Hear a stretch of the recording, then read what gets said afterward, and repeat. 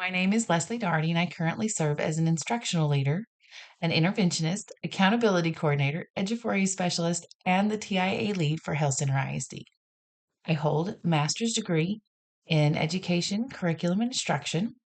I've spent 17 years in education, serving students and supporting teachers.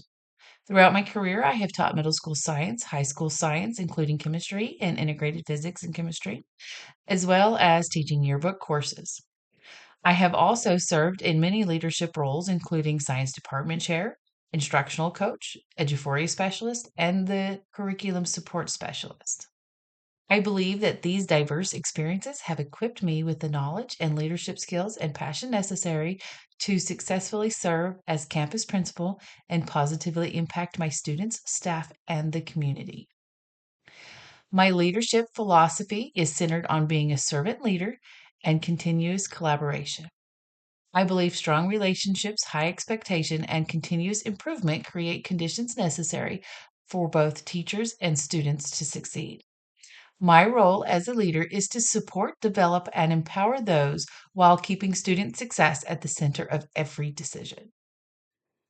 When it comes to student data and improving instruction, I have used multiple data sources, including classroom assessment, benchmark assessment, state assessments, student work, and walkthrough data to identify strengths and gaps in student performance.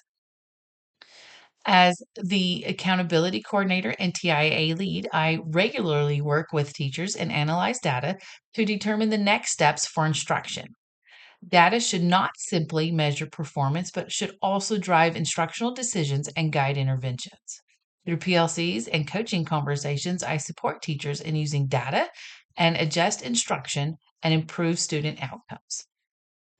Being in a rural school, there is a struggle for recruitment and retention.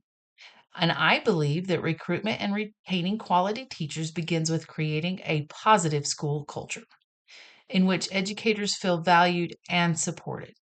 I would build partnerships with educator promotion programs, attend recruitment events, and actively promote our district's strengths. To retain teachers, I would provide strong mentoring programs, instructional coaching cycles, leadership opportunities, meaningful professional development, and recognition programs such as utilizing our teacher incentive allotment.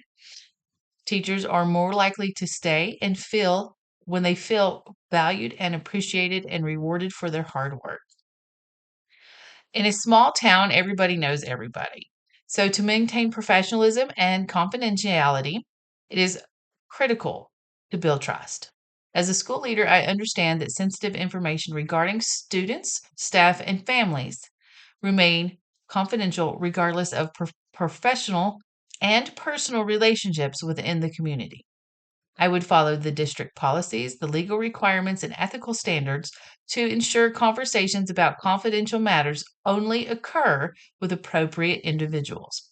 Trust is built when people know their information will be handled professionally and respectfully. To build relationships with parents, I believe, begins with meeting parents where they are. I will use multiple communication methods to reach parents. These methods will include phone calls, emails, social media, and face-to-face conversations to connect with families. I would seek opportunities to attend community, not school related events and create welcoming school activities that encourage parents to participate. It is important to listen to parents, understand barriers that may prevent involvement, and demonstrate that their participation and partnership is valued. When families feel respected and included, they are more likely to engage with the school.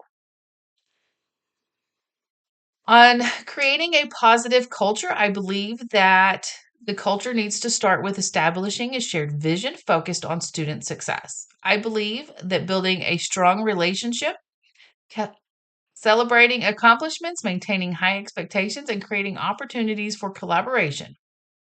Teachers, students, and families should all feel valued and respected. By fostering open communications and providing support when challenges arise, a leader can create an environment where people want to learn, work, and grow together. To recognize and celebrate staff and teachers, I believe it is important to be meaningful and personalized. I believe in celebrating both large accomplishments and everyday successes.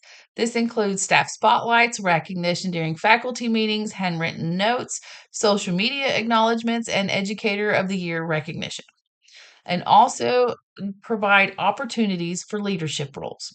As a leader, I want the staff to know that their hard work is noticed and appreciated. Recognition contributes to positive morale, strengths, strengthens relationships, and supports retention efforts. How to prioritize spending decisions? I will focus my decisions on what impacts students the most. Decisions will be made to align with campus goals, district policies, and the student needs. I review data, gather stakeholder information, and evaluate available resources before making any spending decisions. Priorities should revolve around high quality instructional materials, professional development, intervention programs, and student support service, as they directly impact student achievement. My experience with STAR data analysis, campus improvement plans, PLCs, teacher evaluations, emergent bilingual and special educations are varied. Throughout my career, I have an intense focus on analyzing STAR and campus data to identify instructional needs and support campus improvement efforts. As an accountability coordinator and instructional leader, I have worked closely with teachers to develop awesome instructional plans and during PLC meetings to analyze student data performances and develop intervention plans. I have contributed to the development of the campus improvement plan by identifying data driven priorities and help to create measurable goals. I have supported teachers with professional growth through instructional coaching cycles and feedback cycles. I also have experience collaborating with teachers who serve emergent bilingual students and special education students through PLCs to ensure instructional needs meets the diverse learning needs of all students. If I had a coaching position open and 20 years of experience of a teacher and a younger teacher with strong leadership skills, I would decide who is the best for the coaching position by evaluating each candidate based on those specific criteria. The primary consideration of the candidate should be the candidate's ability to successfully fulfill the role and positively impact teachers and students. I would use objective evidence and interview responses, leadership experiences, and demonstrated skills to make the decision.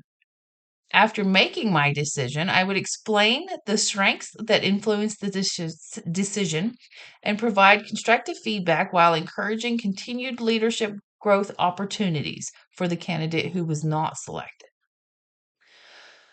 All in all, why am I the best candidate for this position?